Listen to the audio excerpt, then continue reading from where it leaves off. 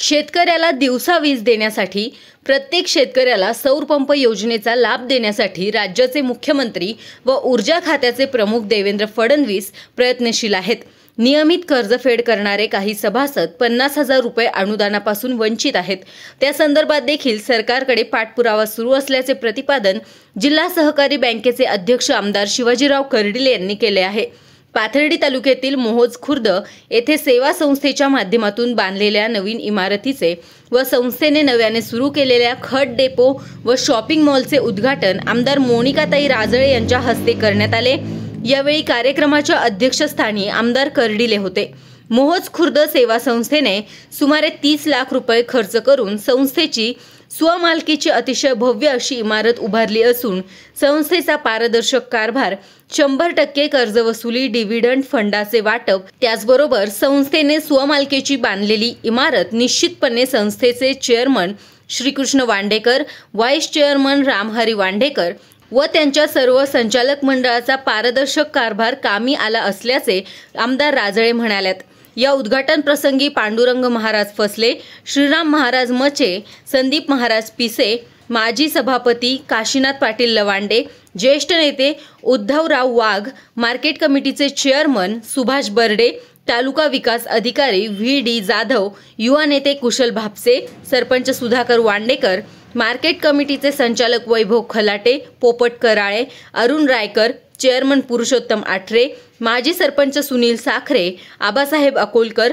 Ramkisan Wandekar, Madhukar Wandekar, Dilip Wandekar, JB. Wandekar, Sahebrao गवळी, अण्णासाहेब शिंदे, महादेव कुटे, काशीनाथ ससाने, युवा नेते बंडू पाठक, रवींद्र भापसे, अनिल गीते, सुरेश चव्हाण, देवीदास वांडेकर, शिवाजी वांडेकर, प्रणिल सावंत यांच्यासह सेवा संस्थेचे संचालक, सभासद व ग्रामस्थ मोठ्या संख्येने यावेळी उपस्थित होते। कार्यक्रमाचे प्रास्ताविक शिक्षक नेते सु.पा. वांडेकर यांनी केले तर सूत्रसंचालन संपत वांडेकर यांनी केले। उपस्थितांचे आभार चेअरमन श्रीकृष्ण वांडेकर यांनी मानलेत। म्हणायचे का आता कर्डिले साहेबांची आणि मोनिकाताईची निवडणुका फार मोठ्या प्रमाणामध्ये घासून होणार आहेत। त्याची रोजच वेगवेगळ्या प्रकारची पारोड आसन, मोठ्यावर आसन, चहाच्या टपरीवर आसन चर्चा घडण्याचं काम होत होतं। आता ह्या चर्चा घडत असताना प्रत्येकाला असं वाटत होतं का आता ह्या दोन्हींना विजय मिळतो का नाही अशी मनामध्ये शंका होती।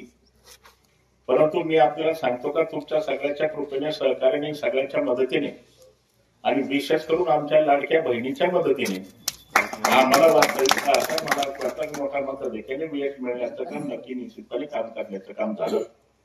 आता आम्हाला यश मिळालं, आम्ही दोन्ही आमदार झालो। आम्हाला दोन्हीला असं वाटत होतं का आता दोन्हीतून एखाद्याला मंत्रिपदाची संधी मिळेल असे मला वाटत होतं। आता मी असा विचार केला तर विषयपाठाचा काही कोणी टाळू शकत नाही। कमीत कमी आता दक्षिण उत्तर होईल, कदाचित मला जरी मिळालेला तर मायला म्हणून कदाचित मोनिका त्याला संधी मिळेल आणि मग मोनिका त्याला मिळाली काय, मला मिळाली काय, या मंत्री झाले काय, मी मंत्री झालो का, आम्ही या दोन्ही मंत्री समजूनच आपल्या मतदारसंघामध्ये विकासाचं काम करण्याचा प्रयत्न 100% निश्चितपणे केला असता। परंतु आता दोन्हीला आम्हाला काही मिळालं नाही। परंतु राज्याचे मुख्यमंत्री देवेंद्र फडणवीस साहेब असतील, एकनाथरावजी शिंदे साहेब असतील, अजितदादा असतील, त्यांनी आश्वासनं दिलेत आम्हाला का आता पुढच्या 8 वर्षामध्ये तुम्हाला तर संधी देऊ। आता आम्ही 2.5 वर्षाची वाट पाहून राहिली।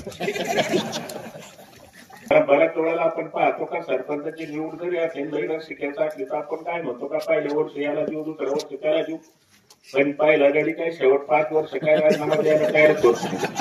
तसं होतं का काय आमची सुद्धा मनामध्ये शंका आहे। आम्ही सर त्या आपल्या हातल्या फडणवीस साहेबांना विचारला तर ही घडणार आहे का, ते म्हणले कर्डिले साहेब 100% घडणार आहे। आणि सगळ्यांची लिखापडी करून घेतली, बॉन्ड करून घेतली आणि म्हणलं लिखापडी केली, बॉन्ड केली तर कोणत्या कायद्यामध्ये तरतूद एका बॉन्ड केल्यानंतर त्याला काढावंच लागतं, हे तरी आम्हाला कळलं पाहिजे। परंतु त्यांनी सांगितलं का संधी नक्की निश्चितपणे मिळण्याचं काम होईल।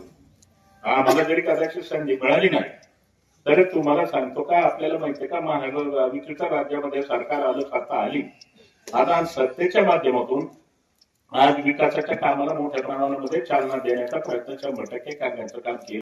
त्या दृष्टीने एक अतिशय भव्य दिव्याची वास्तू आपण सर्व संचालक मंडळ आणि गावातील व्यक्ती ज्यांनी ज्यांनी योगदान या इमारतीसाठी दिलेलं आहे ते निश्चित कौतुकास्पद आहे। तुमच्या सर्वांचं मनापासून अभिनंदन केलं पाहिजे की पूर्वी आपल्या सहकार्यामध्ये किंवा सेवा सोसायटीचा एखादा कार्यक्रम असताना जेव्हा आपण डिव्हिडंड किंवा इतर कार्यक्रम करतो त्यावेळेस हातावर म्हणजे बोटावर मोजण्या इतक्या संस्था होत्या की त्यांना स्वतःची इमारत की तिथला चांगला व्यवहार असायचा. विशेषतः करंजी सोसायटी असेल, हनुमान टाकी असेल, आपली मोहची असेल, चौखेड्याच्या दोन्ही सोसायटी असेल, अशा अनेक सोसायट्या, तिसगावची सोसायटी असेल, त्याचं काय उल्लेख आपण करतो की तिथल्या वसुली असेल, तिथला कारभार असेल, हा अतिशय चांगल्या पद्धतीने नावारूपाला आलेला आहे.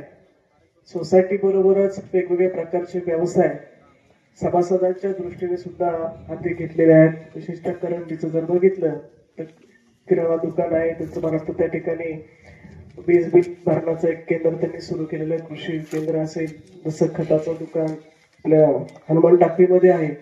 अशा अनेक चांगल्या योजना किंवा एखादं चांगलं आपल्या सोसायटीच्या दृष्टीने नफ्यामध्ये कसं असतं, सोसायटी उर्जितावस्थेमध्ये कशी यासाठी अनेक चांगले निर्णय तेथील संचालक मंडळाने घेतलेले आहे. आणि मला वाटतं ही अतिशय भव्य दिव्य मोठी वास्तू या परिसरामध्ये आज नावारूपाला येते. जसा एक अनुभव मोज खुर्द विविध कार्यकारी विकास सेवा सोसायटीच्या आज नवीन इमारतीचं उद्घाटन माननीय मोनिकाताई राजीव राजळे विधानसभा सदस्य पाथर्डी शेवगाव मतदारसंघ यांच्या अध्यक्षतेखाली, तसेच माननीय आमदार Shivajirao Kardile chairman ADCC bank Ahmednagar यांच्या अध्यक्षतेखाली पार पडलेला आहे, शुभारंभ पार पडलेला आहे. तरी या इमारतीमध्ये सुमारे 30 लाख रुपये खर्चून ही भव्यदिव्य इमारत उभी केलेली आहे. आणि या इमारतीमध्ये खाली काही शॉपिंग मॉल्स आम्ही सुरू केलेले आहेत, त्यामधून आमच्या संस्थेस फायदा होणार आहे. तरी या सर्व कामी सर्व सभासद, सर्व संचालक आणि सर्व ग्रामस्थांचा मोलाचा सहभाग आहे. आणि निश्चितच याचा या संस्थेला आणि सभासदांना फायदा होईल. प्रतिनिधी मयूर मुखेकर, करंजी.